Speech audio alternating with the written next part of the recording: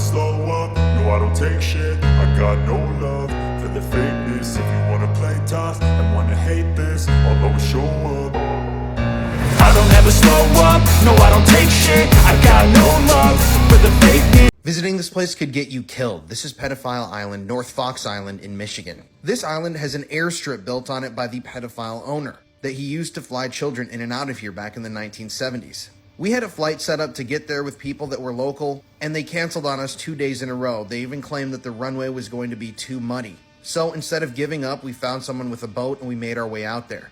And guess what? Once we got out to the island, it wasn't muddy at all.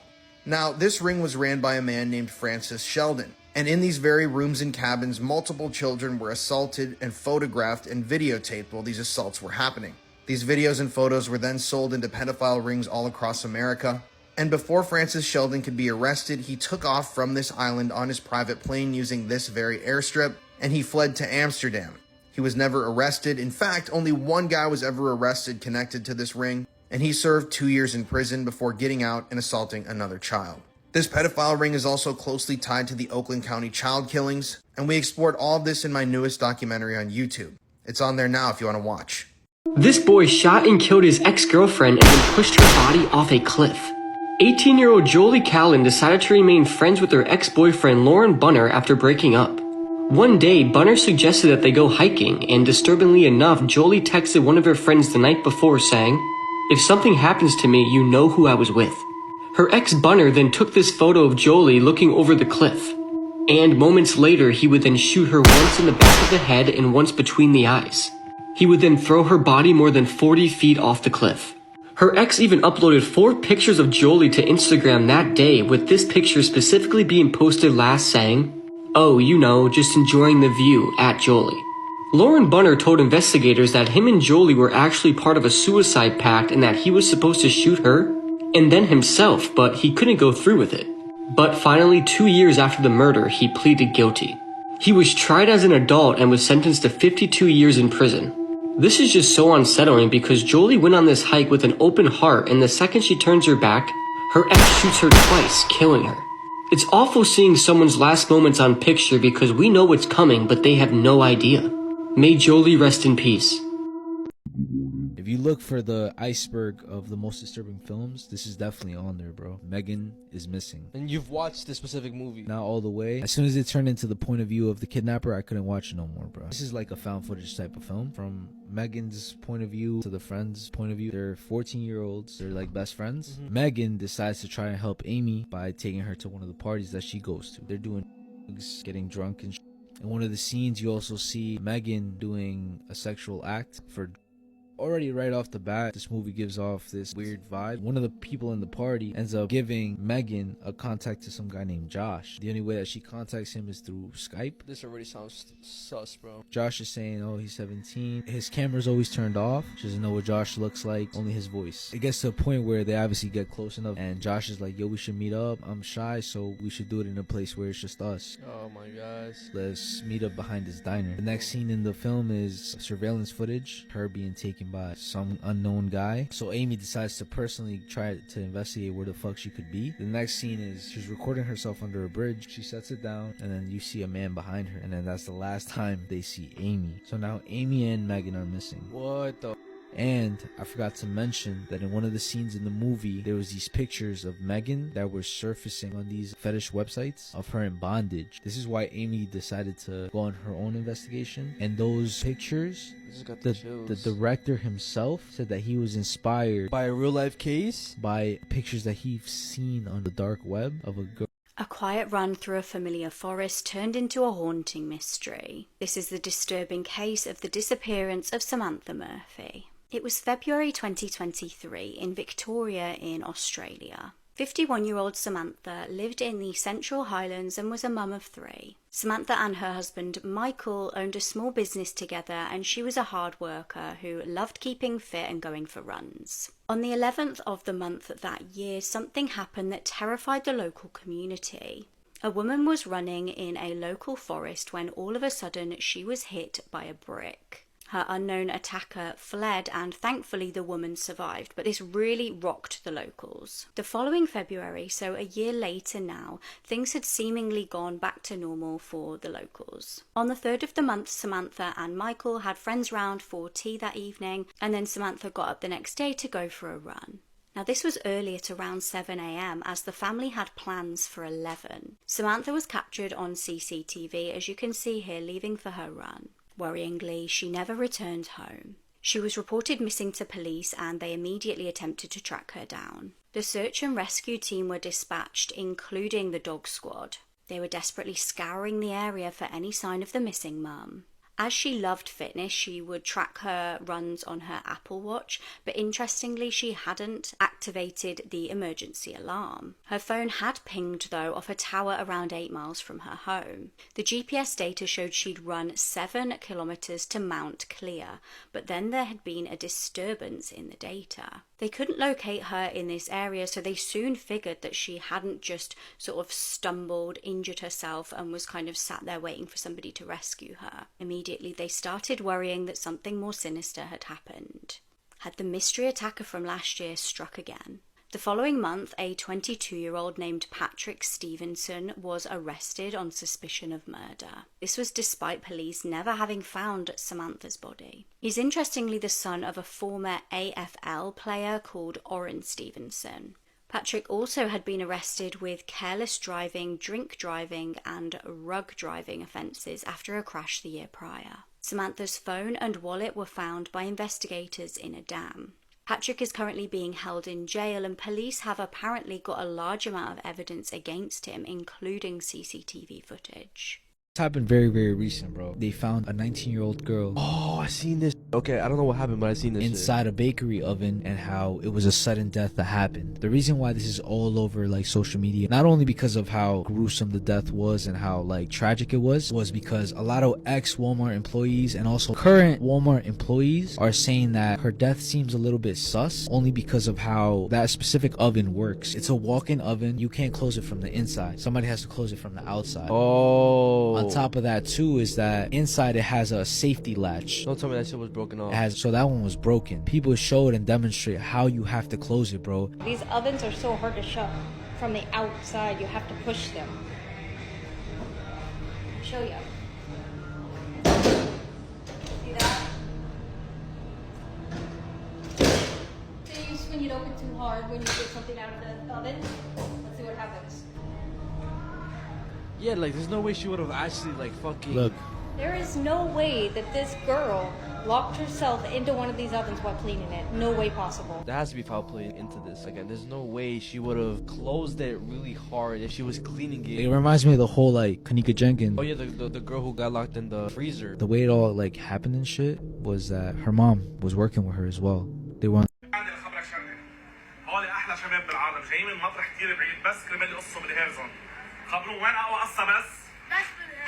According to reports I found online, George Mubayed, who ran the account HairZone700, has recently been arrested for being a pedophile. There are a bunch of sources you can go to find this information online, but this is one of them. So according to these articles and these investigations, George was using his TikTok account to lure minors into his shop. And this was a ring. He was one of the heads of the ring. According to the reports, there were other members that were on TikTok that would actively work to get children into the shop. And they would all then participate in grapes against the children, which would be recorded, filmed, photos would be taken, and these photos would then be sold and posted on the dark web for other pedophiles to enjoy.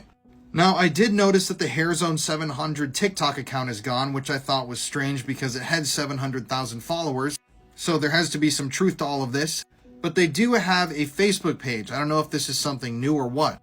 And disturbingly, there are photos and videos that are being posted. This one was just posted 2 or 3 days ago, showing the accused man with a bunch of different children. Now, I don't know if these are re-uploads of content or what's going on with all of this, but these are really serious, staggering, disturbing accusations. And it does make sense. I mean, these videos are goofy, they're humorous, they're engineered to entertain children. So I'm going to keep you guys updated on this situation because if you go read the articles, it's especially disturbing. And yeah, I'm going to keep on top of this. This is by far one of the worst work accidents ever, and whatever you do, never look up the video. The video that I'm about to explain to you has left many people traumatized, so whatever you do, don't go looking for it. The video is pretty short, coming in at 52 seconds in length, and it's not known where in Russia this took place. And it's a mystery to how this footage made its way onto the internet. As you play the video, you see a man walk towards the lathe machine, which he assumes is off. The man is wearing baggy clothes and some kind of jacket, and wearing loose clothing around a lathe machine is a no-no, since it can be sucked up into the machine, as this man found out. After the man approaches the machine, he seems to reach over it, but the rotating pole seems to get stuck on one of his sleeves, and it then drags the man into the machine.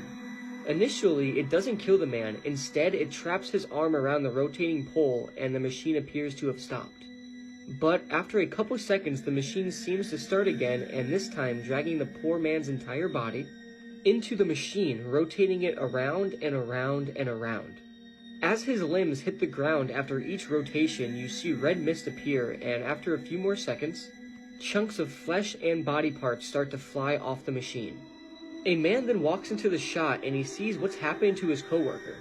And with a look of shock, he quickly turns off the machine, but it was too late. His coworker's body has been completely torn apart into multiple pieces, and the machine is a bloody mess. There are a collection of still images from the aftermath of the incident which shows how unrecognizable the man's body is. In one photo, you see what appears to be a tibia with no flesh around it lying on the ground. And in another photo, you see the victim's severed and crushed head underneath the machine. It's absolutely disturbing and awful to look at. This video is hard to explain and hard to watch. It's extremely gruesome and disturbing, and I really don't recommend looking for it. I've never cried harder than when I read this book. It's about the life and untimely death of 12-year-old Andy Brewer. She was kidnapped from her home in Arkansas on May 15th, 1999 by someone she should have been able to trust, her uncle, Carl Roberts. Carl would go on to sexually assault and murder Andy, leaving her in the woods for 3 days until she was found. And while her mom, Rebecca, was pleading for answers and finding her little girl, he looked her in the eyes and lied about what he did to her. Rebecca wrote this book to try and heal from the loss of losing Andy, and she details everything from finding out Andy was missing to those excruciating 3 days before she was found, and then to planning her little girl's funeral, and that's something that nobody should have to say, let alone live through. This book broke me in ways that I cannot even put into words. With each page, I feel like I cried a little bit more, and my face would literally turn hot with sadness. But through all the heartbreak that's in this book, you also get to learn who Andy was. And my gosh, was she a beautiful, kind, and responsible little girl who loved life. I truly don't think a story has ever stayed with me as much as Andy's, and that just proves how strong her mom's words are. Rebecca is literally carrying on Andy's legacy in such a significant way just by telling her story. One thing that I love is that Rebecca includes pictures of Andy throughout this book, so you really get to see who she was. There were many times that I had to stop reading to kind of sit back and really realize the gravity of what happened to Andy. Rebecca included Carl's written confession of what he did to her, and I'm not going to lie, it's one of the most horrific things that I've ever read. Absolutely nobody should have to go through what Andy did, and the fact that she was just a little girl, it's so heartbreaking. This book embodies grief and what it means to lose someone who is your entire world, the person who made you a mom. It proves that grief is not linear, and it affects people differently, and it affects more people than you probably realize. And although this book is incredibly sad, Rebecca shares how she's moved forward with her life and how Andy is always at the center of whatever decision she makes. And let me tell you, Rebecca has gone on to do such amazing advocacy work for other families who have gone through the same thing as her. She is the definition of turning your pain into purpose. Rebecca is truly so kind, and I've only ever gotten to talk to her over email, but she deserves everything good this world has to offer. One thing that Rebecca made very clear in this book is that Andy is more than just what happened to her, and the entire world should know who she is. So please, if you can, go read this book and support Andy's mom. It would mean the world to me and to her if everyone could learn about Andy. She was a beautiful little girl who should still be here today.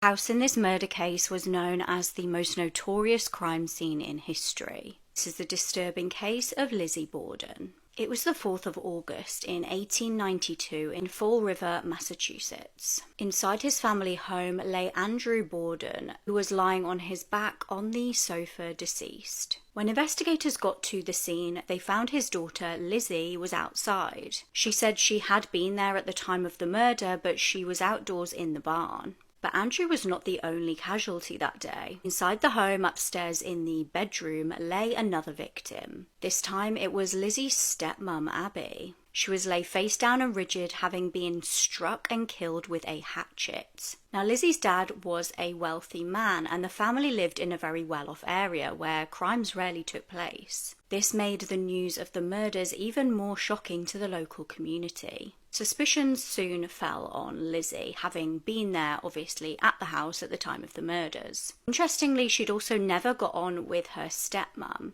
Her dad had remarried after Lizzie's mum had passed away, and she made it obvious to her new stepmom that she didn't like her and felt like she was a gold digger. Tensions were reportedly growing, and Lizzie was also unhappy with her dad for his actions around money. He'd apparently started gifting Abby's family properties.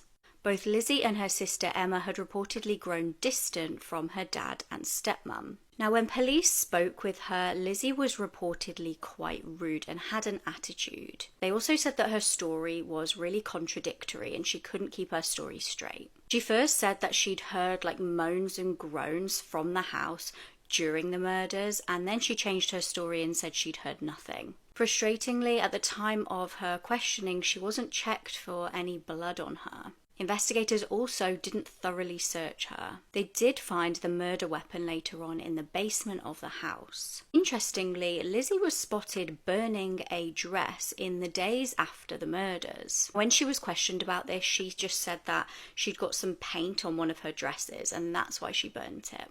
Other people wondered whether there was a more sinister reason. Lizzie was arrested and put on trial for the double murder. Just 5 days prior to the trial, another brutal murder took place in the local area.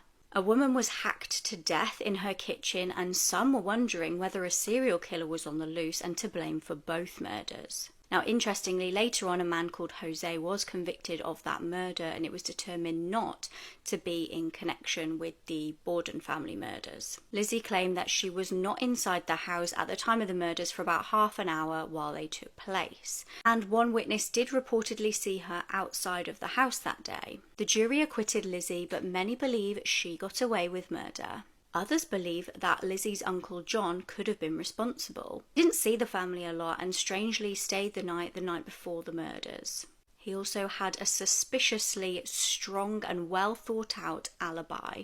There was this guy who came out on TikTok, an ex-Starbucks employee. NDA is expired and you could talk about this. You used to work at a secret Starbucks? What he claims is that there was this specific Starbucks that was only made for the powerful of the powerful, the rich of the rich. It was not no regular Starbucks in the street. It was an underground Starbucks that was only access to people who had a lot of money and I've never seen a 1%er just in their car stuck in traffic. Why is that? That's because there's a series of intricate tunnels underneath Los Angeles known as the Actor Bot. They get access points to move through the city without ever having to be in traffic. You can come up in LAX, Dodger Stadium. Underneath there in those tunnels is Starbuckses set up at different locations to allow them to get coffees while they're driving. This is like dead ass. This is dead ass a thing. That's why you don't see no celebrities in public like that. You don't ever see them stuck in traffic.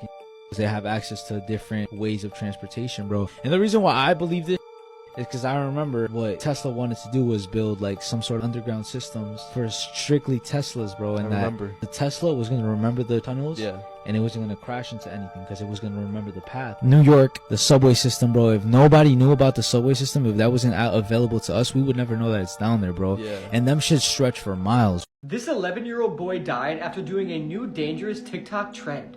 This is Tommy Lee Billington, and he recently died after doing a very dangerous TikTok trend. Tommy Lee, who was 11 years old, was found unresponsive at a friend's house on Saturday after taking part in a dangerous trend called chroming, which is when someone inhales toxic chemicals such as paint, solvent, aerosol cans, and cleaning products. Tommy Lee was then rushed to the hospital about midday before being pronounced dead shortly after. Tommy Lee's heartbroken grandmother, Tina Burns, said he was killed attempting the TikTok challenge that had already killed 2 teenage girls.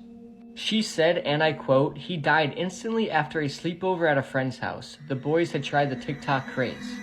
Tommy Lee went into cardiac arrest immediately and died right then and there. The hospital did everything to try and bring him back, but nothing worked. He was sadly gone. Tommy Lee's mother is now begging other parents not to let their kids use the social media app TikTok, saying this costed my son his life from trying something other kids are doing. But then again, it's not hard for an 11-year-old to understand that inhaling toxic chemicals isn't good. Now, you can blame TikTok for this, but you can also blame the people that were around him probably peer pressuring him, or he could have been the one that wanted to do it. All in all, it's extremely unfortunate what happened to Tommy Lee, and I urge every single one of you to not do this new challenge called chroming, because as you can see, it can be fatal. This pedophile cop committed one of the worst crimes I've recently read about. This is 28-year-old Stephen Kyle Cugini. Stephen previously served with the United States Army, and afterwards he became a police officer in Pennsylvania. So on Monday, April 15th, 2024, after the 13-month-old baby that he was caring for was dropped off at daycare, the employees there noticed that the baby was badly injured and they reported it to authorities. I'm just going to read this to you. The baby was taken to the hospital then for her broken tibia, fibula, bruising on her face, ears, left foot, ankle, butt, and genitals. And the doctor noted, quote, significant injuries to the genitals. But this was complicated. You see, at first the 13-month-old baby's mother tried to cover for her boyfriend. She claimed that the family's dog had caused the injuries and this was nothing more than diaper rash. However, she would soon make a disturbing admission. On Saturday, April 13th, this woman had let Stephen give her 13-month-old baby girl a bath. Apparently, Stephen told her that he had locked the bathroom door to keep her 5-year-old son out, but soon the mother heard her daughter, quote, cry very loudly and, quote, repeated pounding. She then went and knocked on the door and it took 10 seconds for Stephen to open up. And when he did open the door, she noticed that his shirt was soaking wet. So, based on the injuries, authorities then arrested Stephen Kyle Cugini, but he immediately tried to claim that all this is a misunderstanding. This was just diaper rash. He said that he had seen the same diaper rash in his 2 own twin daughters. That's right, to add insult to injury in this terrible situation, Stephen actually had 2 kids of his own. This is his LinkedIn profile. You can even see down here, he says, I am also a father of twin daughters. I don't even want to know what happened there.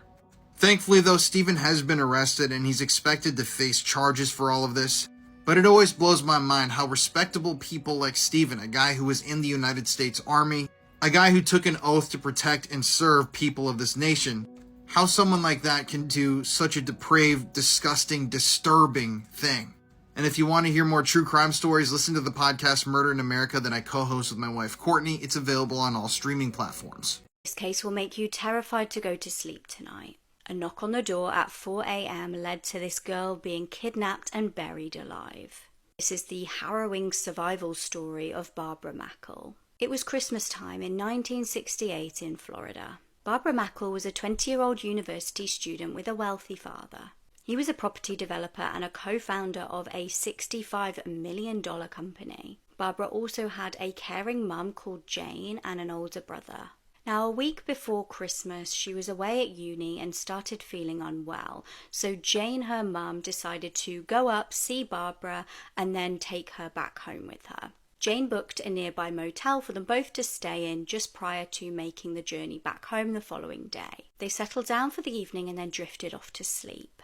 However, then a knock at the door at 4 a.m. woke them up with a start. From outside of the door, a voice could be heard telling the pair that there had been an accident. Obviously, in a panic, they opened the door and they were then ambushed by 2 people wearing masks. They overpowered Jane, tied her up, and grabbed Barbara and stuffed her in their car. Eventually, Jane was able to struggle free and ring police from the hotel room, but by this point, they were long gone with Barbara. Now, the kidnappers, it was later discovered, were escaped convict Gary Kirst and a marine biology student called Ruth Eisman Shire.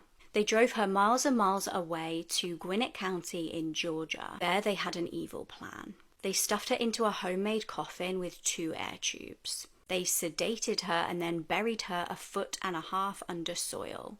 Demanding $500,000 from Barbara's family, clearly this was a financial motive. Now, they attempted to collect the ransom money from the family, but they did actually get spooked when they saw policemen there. They ended up abandoning their car and running away on foot. Police could obviously then see this car and do some digging and investigate. Police discovered that inside of the car were documents relating to a man named George Deacon. They traced this man, and it turned out that he made ventilated coffins as a job professionally. The FBI then heard from a man who'd found some strange documents in a trailer he'd recently bought. These documents referred again to a man named George Deacon. Another man was mentioned, though, in these documents, a Gary Kirst. They found out that Gary was an escaped convict. Lo and behold, they figured out that Gary and George Deacon were the same exact person, and George had been a fake name that Gary had been using while he was on the run. Meanwhile, Barbara was still buried alive, screaming for her life. Her parents were also arranging another ransom drop. Finally, just after the money was successfully dropped to the two captors, a call came through to FBI with the coordinates for where they could find Barbara. Barbara was discovered and dug out from her grave. She was finally free, but what about her captors? FBI eventually tracked down Gary on a random speedboat. Ruth was found when she was applying to work at a hospital. She had to give in her fingerprints as part of the checks prior to having the job, and that's how they tracked her down. Gary was given life but only served 10 years, and Ruth was deported.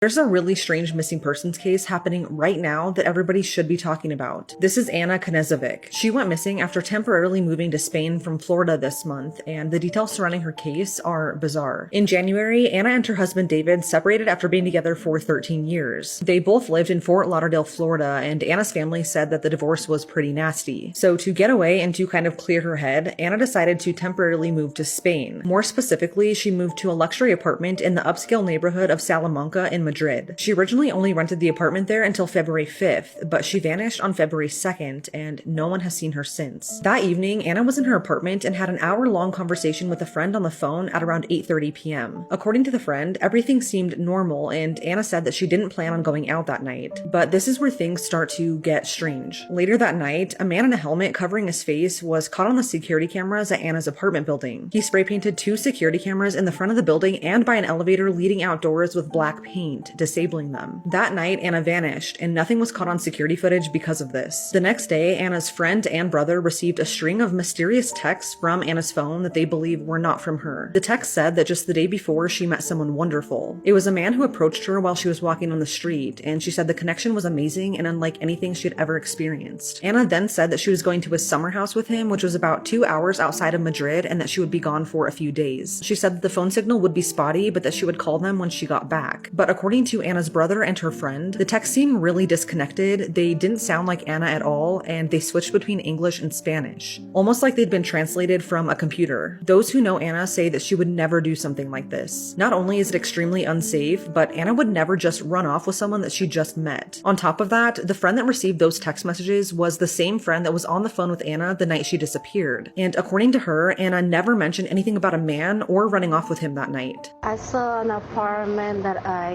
loved yesterday. So hopefully it will be mine. I don't know. And now I'm on my way to see another one, and everything's doing great. I'm feeling actually really good. I'm going on Monday to Barcelona with a friend of mine. It's just a day trip. We're going and then we're coming back. She's very excited about it. Anna has not been seen or heard from since, and she was officially reported missing on February 5th.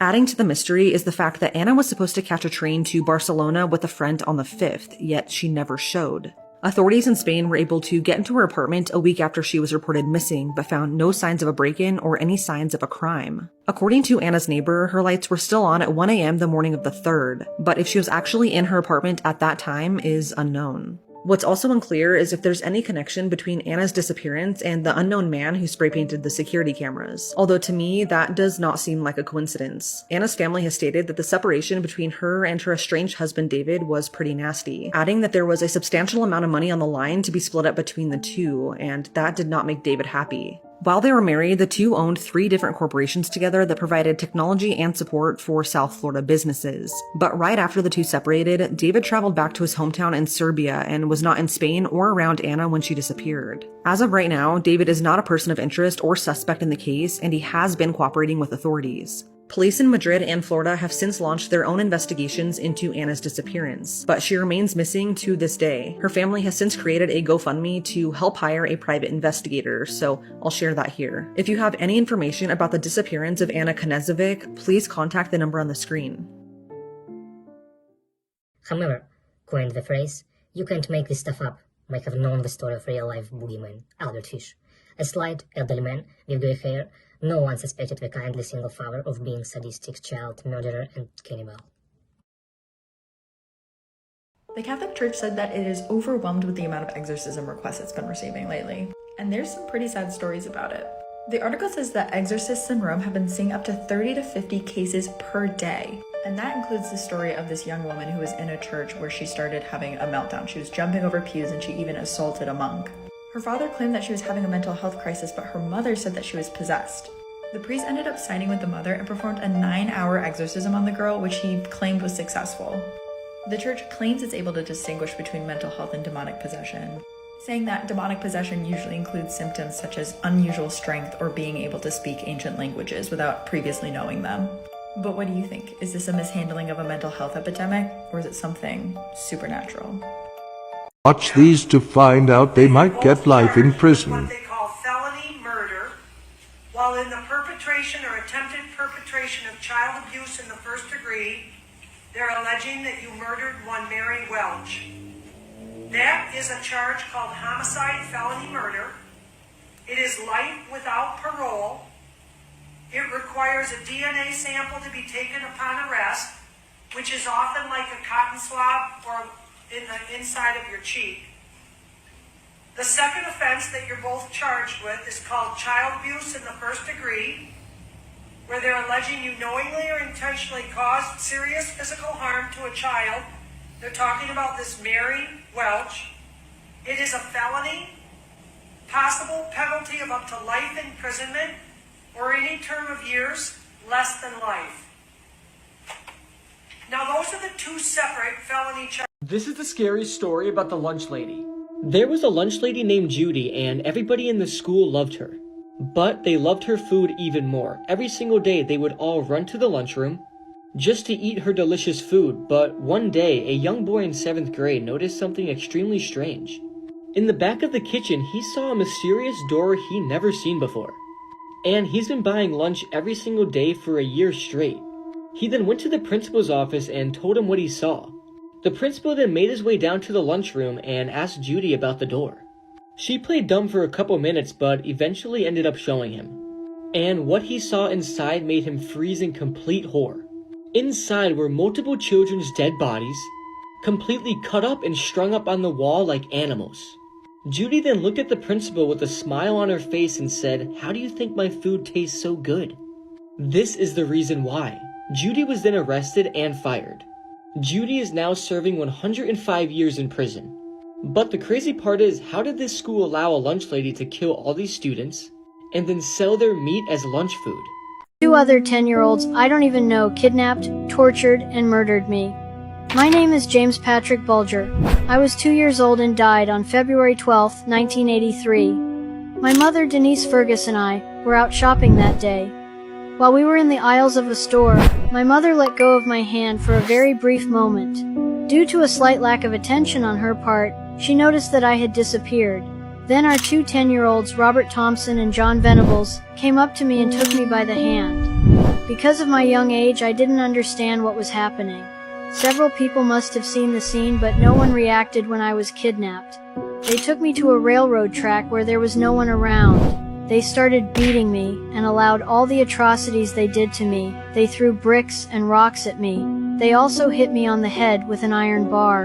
And worst of all, they put batteries in my mouth.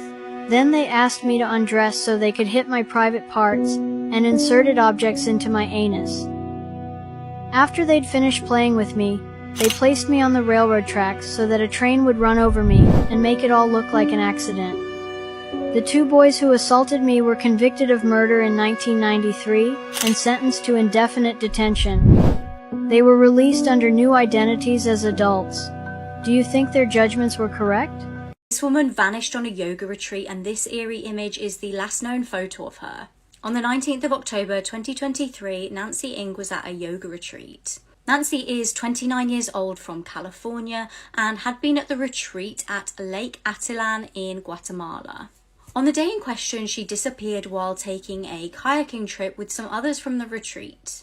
Nancy and another person who was at the retreat broke away from the group and began paddling about a mile into the lake. The woman that she was with is the last known person to have seen Nancy. The woman in question has spoken out through her attorney, stating that they happened upon each other while they were in the lake and began to chat to each other. While out in the water, she said that Nancy decided she wanted to go swimming. She claims that she tried to stop Nancy doing this due to the rough nature of the water and the current. The woman states that Nancy ignored her warnings and got into the water and managed to push her kayak away.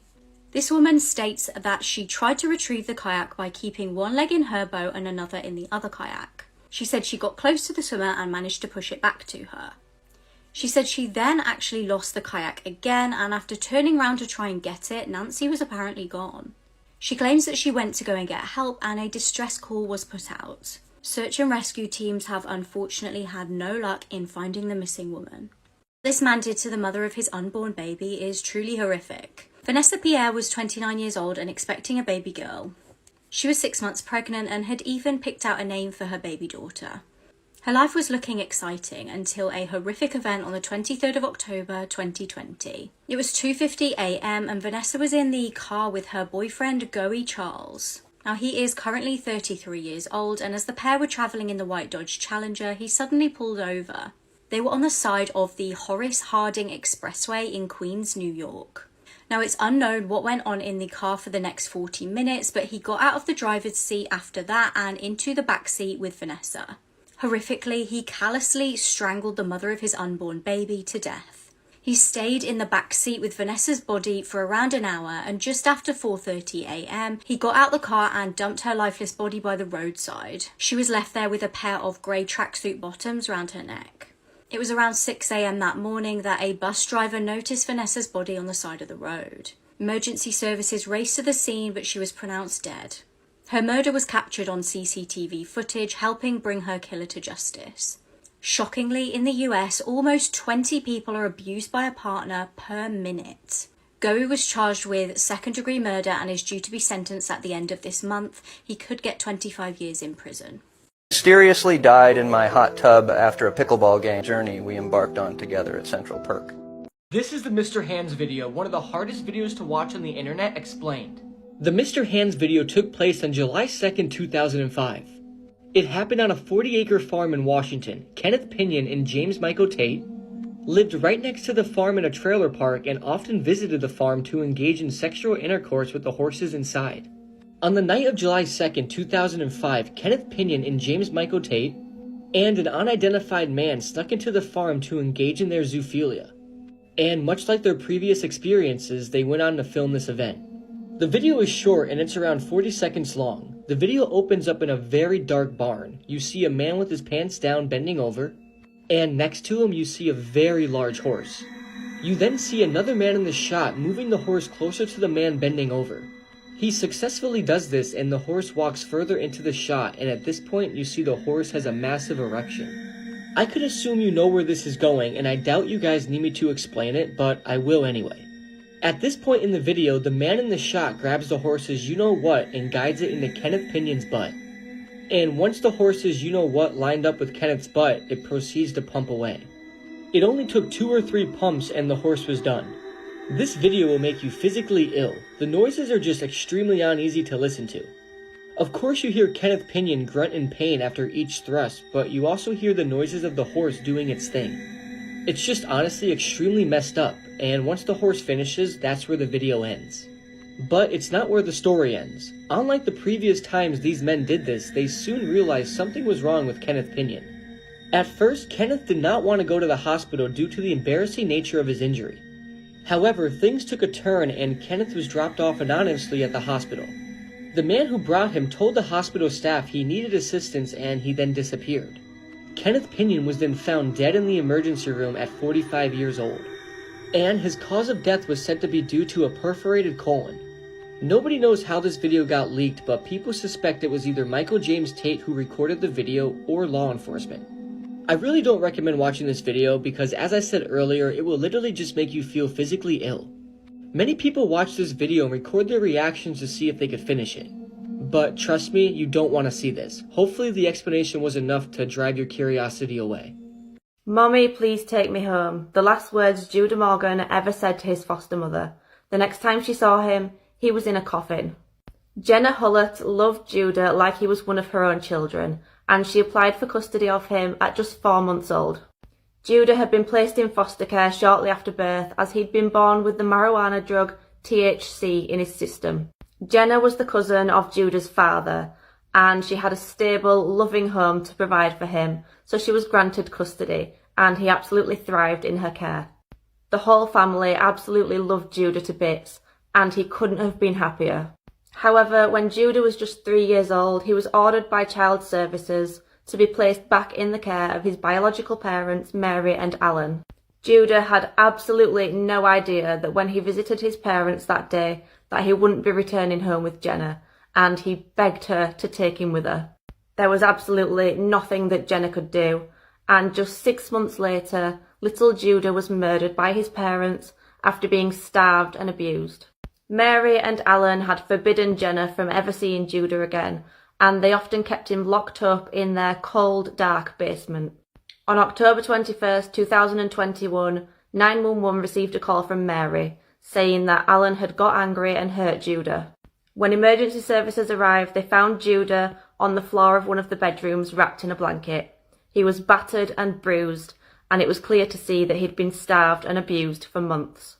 His cause of death was blunt force trauma to the head. Police actually managed to recover surveillance footage from inside the home, showing Alan abusing Judah on multiple occasions. He was seen on one occasion punching Judah 14 times, before lifting him up by the neck and dropping him on the floor. The next day he was again seen punching an already battered and bruised Judah 17 times. The couple were also seen leading Judah down into the basement before locking the door and leaving the house, and then arriving hours later and letting Judah back out of the basement. Alan and Mary were both arrested, and Alan pleaded guilty to the murder of Judah. He was sentenced in November 2022 to 70 years in prison. Mary is yet to be sentenced. Judah's loving foster family were present at the sentencing, and although nothing can ever bring Judah back, they are satisfied that his killer will likely die behind bars. Jenna is now advocating for Judah's law, which would give long-time caregivers the power to intervene if they feel that the child is in danger.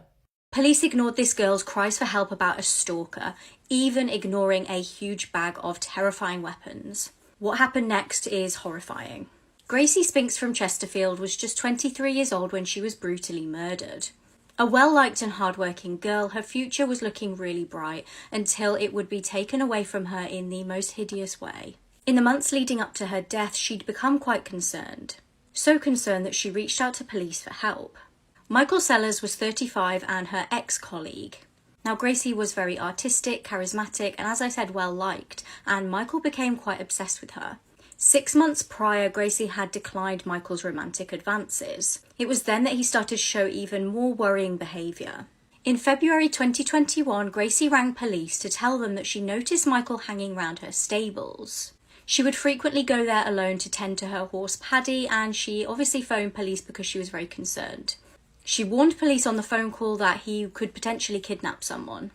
Now, police simply offered Michael words of advice and closed the inquiries. Worryingly, Michael had actually been dismissed from his workplace due to his concerning behaviour, and he had harassed a total of 8 women prior to Gracie. 4 of these women had raised concerns with their employer.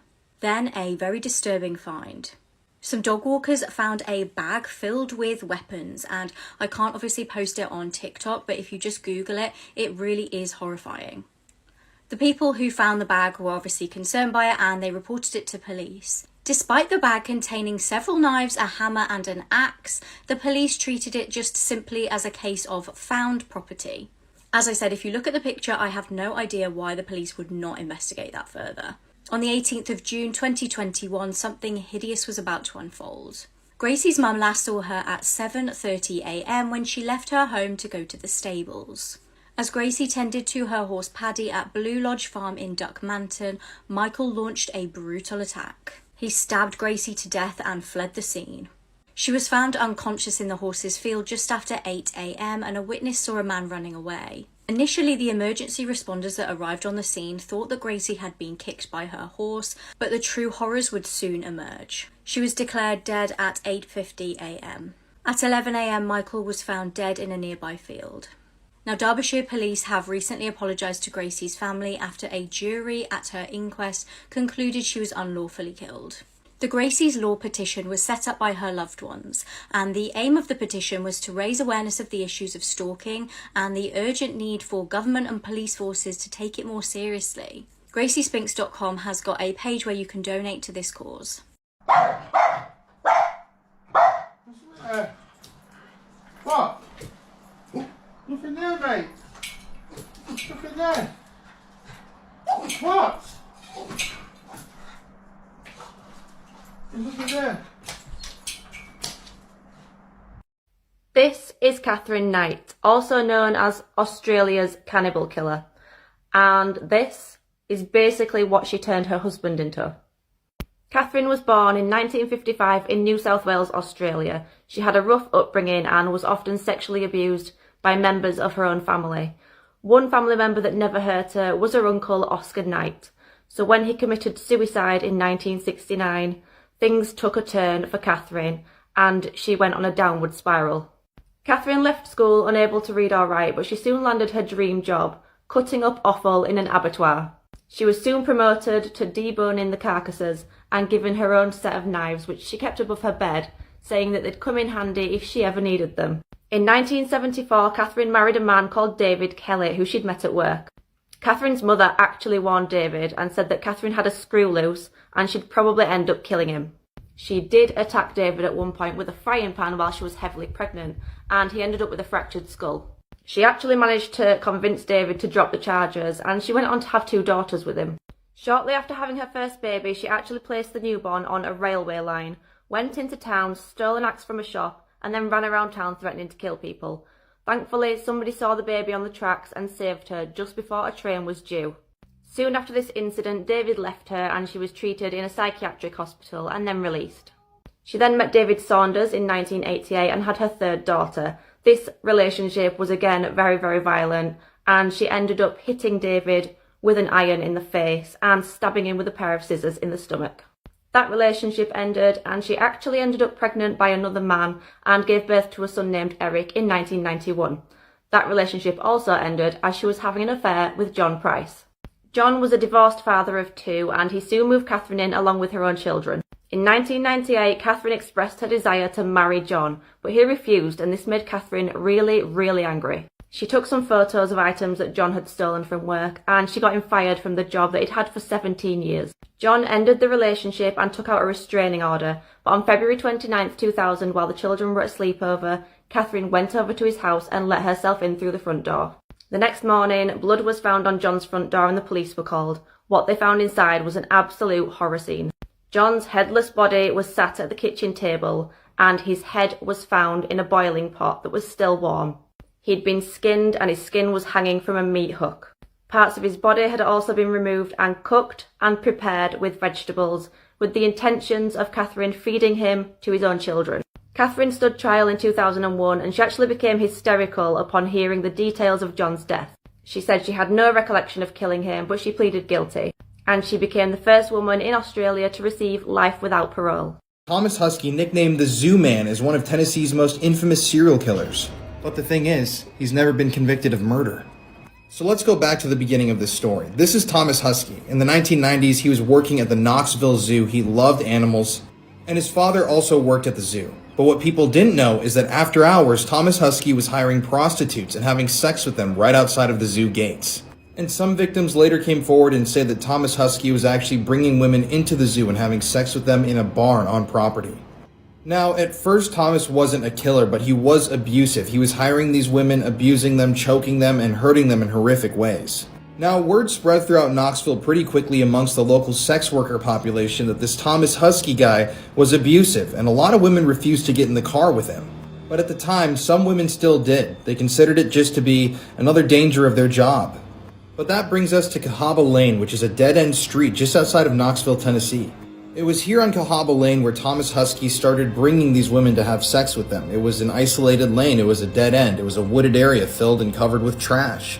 And it was out here in the isolated dark woods where Thomas would carry out some of his crimes. He would rape people, he would abuse them, he would physically abuse them.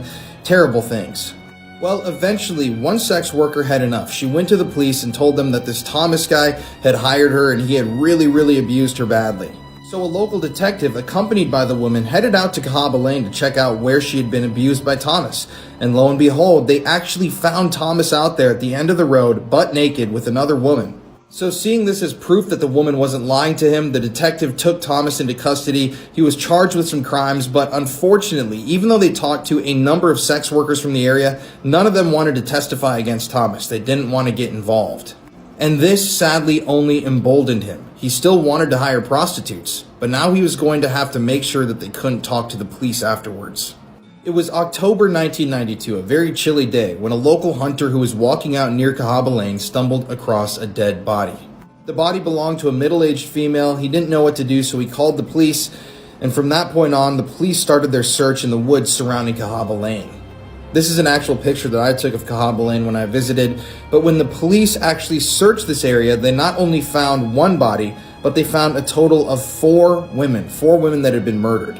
One woman's body had been out there for so long that all that was left was skeletal remains, just bones. So thinking quickly, the detective who'd already arrested Thomas at that very lane for abusing a prostitute went back, got a search warrant, and headed over to Thomas's trailer. I'm going to continue this in part 2. You are not going to believe how this story ends. It is so crazy. And if you want to see the full documentary that I produced about these crimes, I visited all the locations from this story and spent time out there at night. The full video is premiering on my YouTube this evening. The link is in my TikTok bio. These are videos humans were never meant to see. Okay, so have you ever heard the story about Sky King? Well, if you haven't, this man's name is Richard Russell, and he was a 29-year-old ground employee at a Seattle airport when he stole a commercial flight and went for an hour-long joyride before crashing the plane into an island. He was a lost and confused man, but he was a very good person. And the video I'm about to show you is the audio within the plane of Richard Russell talking to air traffic control. Keep in mind, he ended his life shortly after this. They're just flying the plane around. You seem comfortable with that? Oh, hell yeah, it's a blast, man. I played video games before, so I know what I'm doing a little bit. Okay, and you can see all the terrain around you. You've got no issue with visibility or anything? Nah, everything's peachy clean. Just did a little circle around Rainier. It's beautiful. I think I got some gas to go check out the Olympics. And yeah. Okay, and Rich, do you know, are you able to tell what altitude you're at? No, I'm not taking you to any jets. I'm actually keeping you away from aircraft that are trying to land at SeaTac. Oh, okay, yeah, I don't want to screw with that. I'm glad you're not, screwing up everyone else's day on account of me. I'm down to 2,100. I started like 30-something. Rich, you said you're at 2,100 pounds of fuel left? Yeah, I don't know what the burnout is like on takeoff, but yeah, it burned quite a bit faster than I expected. There is the runway just off your right side in about a mile. Do you see that? That's McCord Field. Oh man, those guys would rough me up if I tried landing there. I think I might mess something up there too. I wouldn't want to do that. Hopefully, they probably got anti-aircraft. No, they don't have any of that stuff. We're just trying to find a place for you to land safely. Yeah, not quite ready to bring it down just yet, but holy smokes, I gotta stop looking at the fuel because it's going down quick.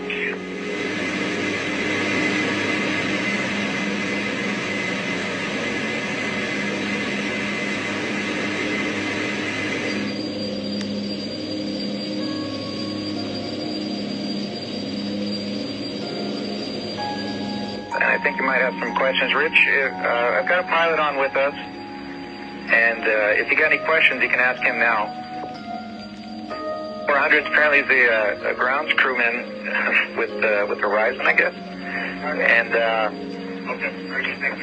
right now he's just flying around, and he just needs some help controlling his aircraft. Very good. Nah, I mean, I don't need that much help. I played some video games before. I would like to figure out how to get this cabin altitude. Like, I know where the box is. I would like to get some, make it pressurized or something so I'm not so lightheaded. Chris, what's your altitude? Yeah, I don't know anything. I don't know anything about the autopilot. I'm just kind of hand flying right now.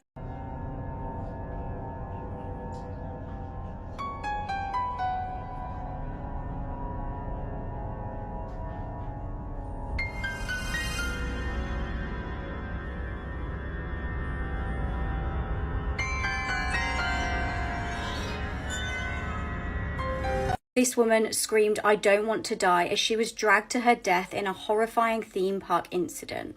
Kelty Byrne was a Canadian student animal trainer and competitive swimmer.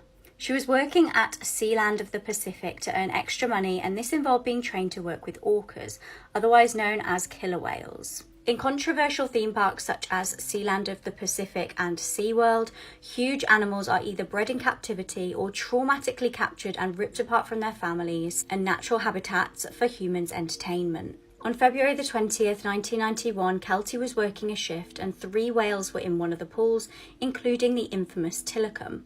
In a horrific turn of events, Kelty accidentally slipped and fell into the whale pool and attempted to grab onto the edge and save herself. However, before she could do so, she was grabbed by one of the whales that dragged her into the pool.